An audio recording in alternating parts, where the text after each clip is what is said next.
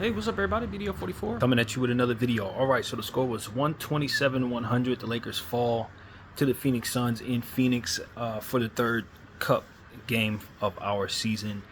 And I'm sure we're out of first place for sure. We messed up our differential, letting the bottom fall out of this basketball game. We had a plus 11 lead plus an undefeated record in this group. And now I'm sure we fall somewhere to like 3 or something like that after San Antonio got a win tonight, and we will be seeing the Thunder on, I believe it is Friday. I think we see the Thunder here, where we'll try to get ourselves together in that tournament series. But I guess we'll start with the good, man. Anthony Davis had 25 points, 15 rebounds, 4 blocks. Bron had 18 points. Even though he had 5 turnovers, which really hurt us. 18 points. I think it was 8 assists. No, 10 assists, 8 rebounds or something like that. I think that's how that went. Austin Reeves shot 50% from the field, shot in the double digits. And D'Angelo Russell, I believe, had like 14 points. 1 of 6 from the 3, which really hurt us. But, yeah, man. This game was a sad display, man. I'm not gonna lie to you. You thought the Denver game was bad. They say, hold my beer. I got one for you, Laker fans. We're gonna do even worse in Phoenix. Came out, had an 18-point third quarter after a 35-point second quarter. We were only down by 2, but I could feel it. If y'all go back and watch my halftime video for this game, I will tell you that I could feel this coming. I just felt it. I was already unhappy with the situation as is because I didn't think we were using Dalton enough. But just like in the halftime of the Denver game, I knew we were about to collapse. At halftime of this game, I could feel it. We were about to collapse. This team, in my humble opinion, has a very fragile psyche. It's very fragile. It's a lot of baggage carried over from last year. It doesn't take a whole lot for them to get high. It doesn't take a whole lot for them to lose confidence. They're really fragile, man. And they've been fragile the whole time. They've been through a lot together, and a lot of it ain't been good. Losing to the same team, getting knocked out of the, swept out of the Western Conference Finals, losing to Denver again in the first round. Some of the issues with the coach last year, some of the rotation choices, it just ate away at the team's confidence, trade rumors and stuff. This unit, these guys, they're tired. They're tired. And they're convinced, is what I can tell you. They didn't need to come back again together. They needed some change. They needed some different DNA. Some of these people need a fresh start elsewhere. And whether it's feasible to make that happen or not, I think that's just where we're at, if I'm being completely honest with you. They can always beat up on teams that they're supposed to beat up on because they know one another. When you've been through as many battles as they have, it's easy to get going when you can have a talent to, go up against lesser teams, and some of your mistakes are more forgiving. But when you go up against good teams, particularly teams you've lost to in the past, and you have this type of fragile mentality, you tend to just crumble. And I do believe this team has a crumbling spirit about itself. And I think it comes from disappointments of many kinds over the course of like a 3 or 4 year span. I just think this team's cooked, man. I mean, they're always going to be able to beat bad teams. They're going, as long as the team will allow them to do what they're prone not to be any good at and still succeed, they're going to succeed. Transition buckets, they're going to give up. Offensive rebounds, they're going to give up. Defensively, one-on-one situations, they're capable of being cooked. So it's like, if a team doesn't take advantage of all those things, then the continuity of this unit can push past them. We showed that for 6 games. We saw ourselves beating up on teams that we clearly should be beating up on. But anytime you go up against any team that is really any good, they really bad. They don't have the fight to see it through. And it's a psychological problem. It ain't just on the court. It's a real mental thing that many individuals on this team ultimately have, and collectively it comes together to be what we've seen over the last 2 games. continuity isn't great for every situation, you guys. You know, bringing back the same unit, it's not great when they have certain demons that they're carrying with them. Last year, we got beat up by the Phoenix Suns. We've seen the Phoenix Suns a million times last year. I think we're overseeing the Phoenix Suns, and we still got to see them once more in March. But I think that's part of it. You know, our guys, we know damn well that some of our guys can't defend certain players, but we keep throwing them at each other.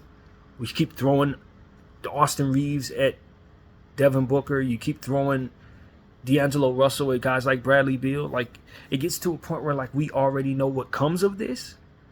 So guys lose their confidence immediately when a little bit goes wrong. It's like they let the floodgates go open on everything else that could go wrong, and they just let the worst happen. You know what I mean? And that's what I'm sensing out of this team. It's just a very fragile, soft, broken mentality that this team carries around with itself.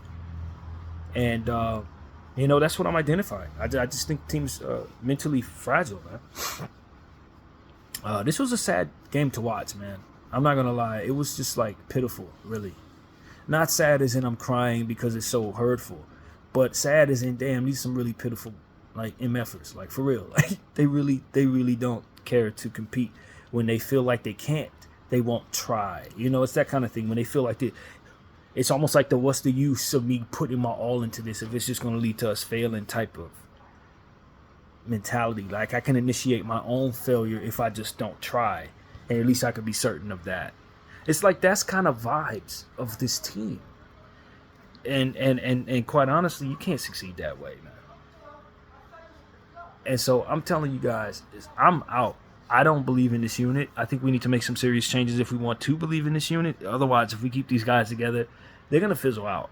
I don't know if they're going to collapse entirely at the end of the season and not make the play-in tournament, or if they're going to make it to the playoffs and collapse some way that way.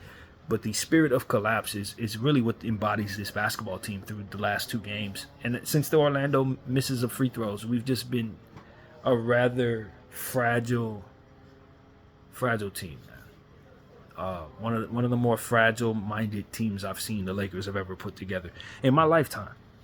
We've had worse teams, but very few have been as capable of folding as this unit here. And I just think it's due to guys being tired of the type of things that ultimately they've been dealing with in terms of their own shortcomings. You know what I mean? Like, damn, we got to come back again. We already know what we can't do, right? We already know who we can't beat. We already seen how us get beat by the same team over and over again in multiple situations. Like, we know we're not a championship-worthy team. So it's like, as soon as anyone presses against those insecurities, we just tumble over. We just fall over. You know, and that's what I'm gathering. It starts with Anthony Davis, and it trickles on down to everybody else, really. It's several players on this team with fragile psyches, in my opinion, though. It ain't just Anthony. D'Lo's, you know, he's one of the worst. When he thinks the shot isn't going to fall, the same confidence that he shows when the shot is really hot is the same lack of confidence that he displays when it's not falling. It's like a opposites in a way. It's like, you know, when he's really got it going, he can't miss. When he really ain't got it going, he can't make a layup. Like, and that's what we're seeing is the fragility of his spirit out there on that floor. Also, kind of the Lakers forcing him the ball and him just kind of it's like it's not a lot of strength there. You know what I mean? Rui Hachimura, you know, 7 points, 1 rebound. I know he's fresh off the injury, and you know, I get it, but for him to be as big as he is, some of the displays that we saw on that basketball floor were pretty pathetic. You know, the one situation when he was sealed off on Nurkic, and Nurkic did a backspin on him and laid the ball up off of him. Like, the angle that he gave Nurkic defensively was pathetic, man. It's absolutely pathetic. And, you know, for him to walk away with 1 rebound and 7 points in like 20 minutes or whatever it was, I don't know, man. Are we really starting this guy over Dalton for this type of for this? And I tell you guys, man, this Dalton Connect situation, some of the decisions of the organization above just eats away further at the team's confidence and eats away at the team's will to fight. continuing to run Cardi G out there, knowing that he ain't going to do a damn thing, but sitting Quincy Olivari. Like, these things really cater to the overall nerves, I think, of this basketball team.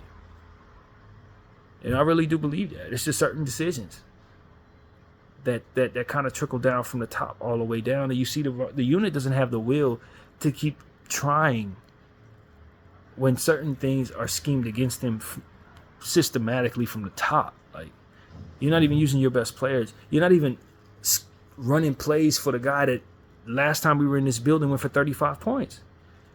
He had an off night. I didn't think Dalton played particularly well, but I also don't think we were looking for him with the intentions of utilizing him correctly either. So if you're going to use him wrong, yeah, you're going to get a cold night from him. Give him the ball sparingly, look him off for people who are struggling as is, but letting him shoot.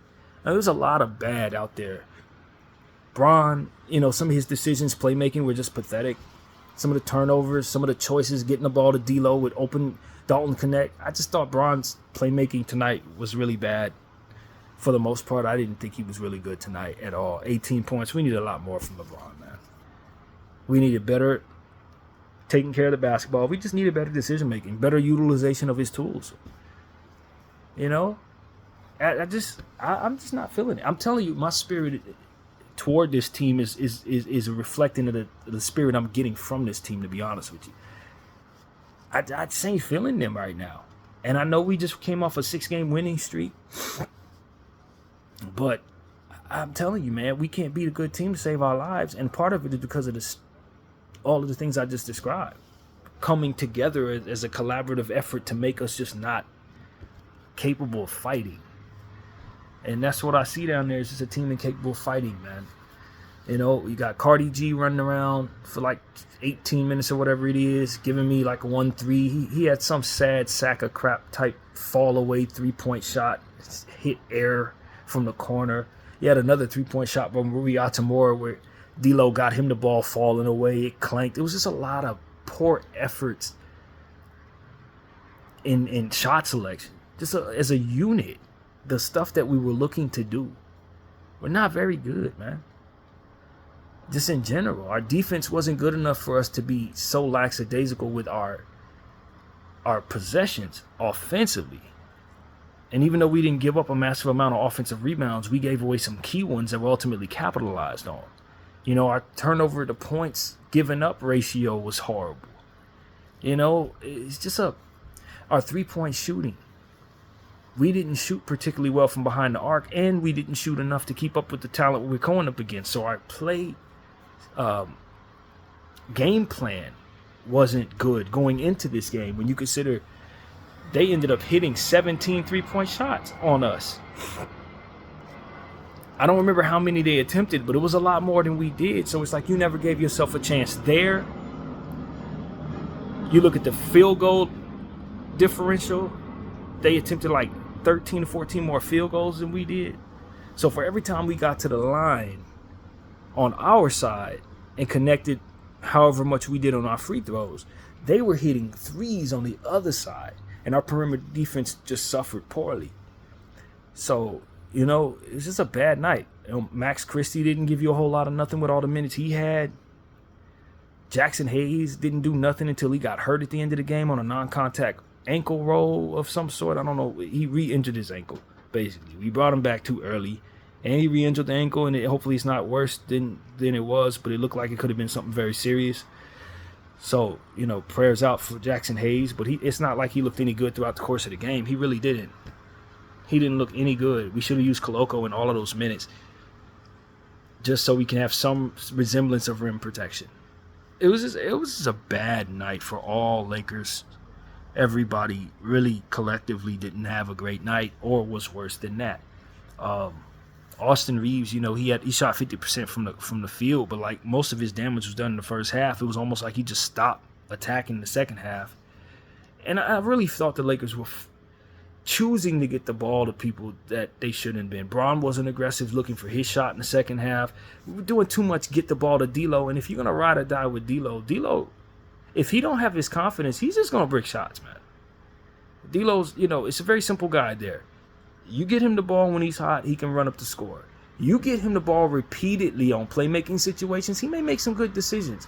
But if you're looking for him to be an aggressive scorer and he doesn't have it going, he's going to throw up some of the most lackadaisical, ridiculously pathetic shots that you can find in this league, man. He's just going to brick really, really soft shots, layups, and stuff like that. And if you don't have a unit around him that can offensive rebound, it's going the other way. And then you have non-defensive players on the floor at the same time because obviously he ain't playing no damn defense. So he's a really bad player to try to feature and lead the way if his confidence isn't in place. If he don't have it, you really need to get his ass off the floor, man. Like, that's just what it is. That's what I've learned about D'Lo over the course of years. That's why I was never mad at people for benching him in the playoffs, because that's how you have to literally use this guy. When the Minnesota Timberwolves benched him in the playoffs, that's why. Because he's one of those guys where you can't. He's not going to shoot himself into rhythm during a live basketball game. But he can definitely shoot you into a bad shooting percentage as a team if you just keep on feeding him. And I thought we were trying to feed him too much tonight. We got some scoring out of him on the bench, but like, what did it cost us? You know, especially when you got Gabe Vincent and Max Christie not contributing offensively. There's no scoring going on there. Rui's not contributing. So you got all these players not contributing to anything. Bron turned the ball over. And then you got the Phoenix Suns who are just going crazy with their trio. That's really what it was. They were just breaking us down and just cooking everybody we put in front of them. Too much single coverage. Too many non-defensive players in front of Hall of Fame scorers, man. That's why I don't really love this matchup for the Lakers. Phoenix Suns, not when they're healthy. And I told y'all earlier today, if the Phoenix Suns have all three of their players, they're a team that can go on an 8-game winning streak. If they don't have their big three, they're a team that can go on a 6-game losing streak. So when they get everybody back, who are you preparing to see? A team that's been on a 6-game losing streak or a team that won 8 straight to start the season? And obviously we ran into the team that won 8 straight to start the season, and we were prepared for a 6-game losing streak team. I mean, it's just, I don't know. JJ is only one man, and he just got here. So a lot of the stuff that needs to be understood about this team, he's learning now. But these guys know one another. A lot of these stuff that you're seeing is stuff that us fans and those players already know, man. JJ, you know, I've never expected that JJ follows me in any way. But if he were to follow me, he know damn well that none of the stuff that we're dealing with is new, man. None of it. This team it got their demons. These demons have been in place for a long time. This is not a new situation. This is not anything Laker fans haven't already experienced many times over. And so some of these tendencies are like just, we're worn out from some of these tendencies, ladies and gentlemen. That's what it really comes down to. I'm just flat out tired of seeing some of this stuff. You know? 82 games is a lot of games to keep looking at the same team that's been proven time and time again to have certain traits that they can't overcome, you know? And because we won't lean into the players that didn't play much or weren't on the team, we continue to find the same cycle of ineptitude amongst the same people that have been used for the last several years. They're not that great together. They're not. So you know, and that's why I've been trying to make the case that you got to call up Quincy Olivari and utilize Dalton Connect and put them into the situation more so than you're willing to, especially with Quincy, who you don't use at all, so that you can have some DNA change to the overall unit. Because as long as we keep losing these dudes that keep been on the team for the last couple of years, they're going to just continue to display what they are, which is something we've already learned ain't good enough to win a damn championship. We already know they fragile, the units together. We already know some of these dudes are not really that great. We know this. So it's like at some point in time, if we can't make trades, which I don't think is really possible, based on the ever declining value of all of these damn dudes, we got to start shaking up the roster in such a way that utilizes stuff that wasn't here for all the damage. And until JJ Redick gets that, because all of this is new to him, so he doesn't really understand that yet. That part is not really clicking for our coach yet. But these guys, they've already proven to one another that they have certain shortcomings. You got to use the stuff that's new. So that's really what it comes down to, man. We got to use the stuff that's new. Dalton Connect needs to be featured in this offense. He probably should be put back in the starting lineup at this point. Rui Hachimura, I don't need to see him out there. And I like Rui, but he has some real limitations that keep him from being a star level player in this league, man. He can really score. He's efficient, but his basketball IQ is not that great. His defensive IQ is not that great. Ball handling stuff, finishing at the rim. You know what I mean? He's an average player, man. He really is. I just got to be honest about that. He has ability to be a star on a given night, especially if he's hitting shots. He can be really efficient. Some of the stuff that he does can be taken advantage of if utilized more. You put him in the right system, he can go crazy, but you just got to keep what you demand of him very simple. You know what I mean? I want you to do this, this, this, and this a lot of times, and he can kill it. I promise you, if utilized correctly, he's a real weapon. But those limitations are glaring and they're real, and we can't ask him to do too much, and we can't be surprised when we have nights like this, because this is how it goes. The floor is low, and asking him to be more than he is doesn't help the team. Asking him to be a consistent 20 and 10 guy, that's not his talent level. But if you need a nice mid-range three-point shooter, set shot shooter, a guy who can take advantage of people back to the basket, turn around, hit a mid-range jumper, maybe back cut dunk at the rim, these are the things that I think he can do. Defensively, you better have nice defenders around him, because if you have to switch everything and he gets sealed off in the paint, you're going to have situations like tonight. If you got to have him guarding the perimeter, you're going to have situations like tonight. It's just he's not that well-rounded of a basketball player to having a starting lineup like this, out of position, against that type of talent like Phoenix. It's not going to work. It's not going to work. So that's what I think. Max Christie is a defensive player who people believe can play both sides of the floor, but his offense has to come along, and it hasn't yet. There's some limitations to him as well in that regard, and I think he's pretty much like Rui as it pertains to his ceiling. He's solid, but he ain't going to be no star or nothing like that. He's a nice perimeter defensive player, and if you lean into his strengths, you're going to have a hell of a player. But he's a role guy, man.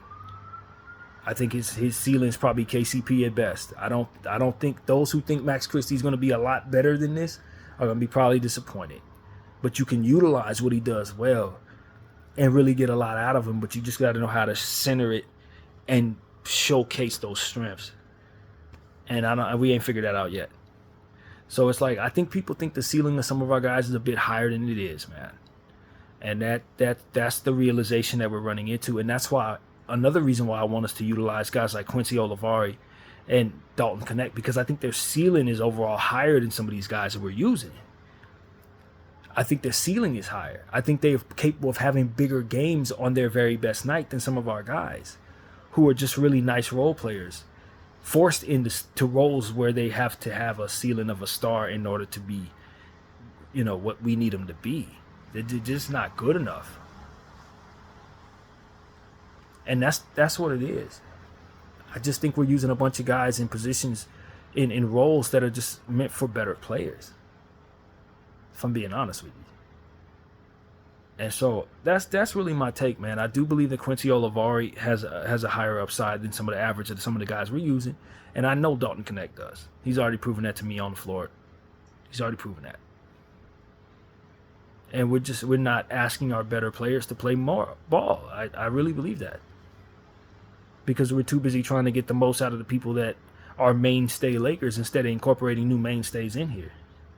And as long as that's going to be our DNA, then we're going to continue to see these type of results. Salute the Kobe minute.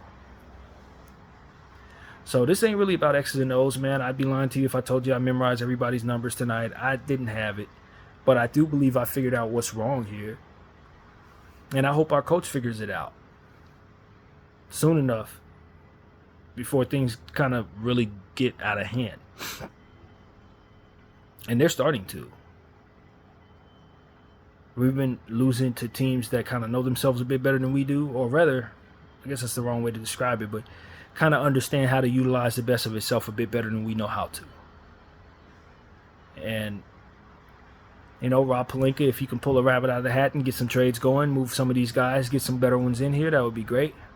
I think that's probably what most Laker fans are ready to see now. Really. It's time to start shaving off some of the stuff that's just not that great. maybe packaging 2 for 1 type of thing. I don't want to move any picks that might be the monkey wrench in the whole situation. I just don't think this team should be invested in terms of our future. I really don't. If we were going to invest to go all in, I'd want to invest more than we probably have to give. Like, if I'm going to go all in to bring myself something, I'm going to bring myself a hell of a piece. I'm not going to give away my 2 only picks to get a role player.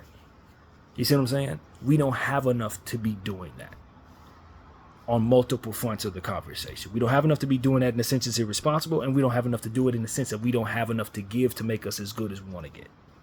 That's what I'm trying to say. So if you can move 2 for 1, move some of these players, keep our picks, move players to get better players. If you can make something like that happen, that would be what I would task Rob Pelinka for starting to accomplish right now. It's time to start doing that. Because if you don't get some new talent on this team, this is going to be what kind of defines our season, in my opinion. And it's going to get harder from here. Our schedule is going to be significantly more difficult than it's been to start the season thus far. And so that's really what it is, man. This was a sad basketball game. I have much more colorful language to use, but I always try to be mindful that children could be watching me, so I try not to cuss as much. But I have a lot of cuss words to throw into my actual reaction to this video, because I'm really irritated at some of the repetitive traits of weakness that I'm seeing in this collection of ball players. Just weakness, man. It ain't much deeper than that. Guys, just not that tough. And I grew up on tough. So for me, I have a real problem with that. So that's pretty much my thought. As far as giving the game ball to somebody, I really don't know.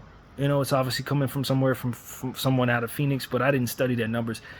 They were all comparable to one another. If you look at the numbers of the players who were kicking our tail, it was only 3 people really killing us: KD, Booker, and Beal, and all 3 of them like had 26 points or something like that.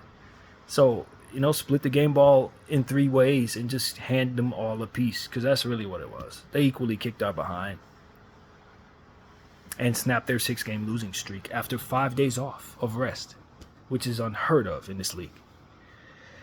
So we were kind of set up in that way.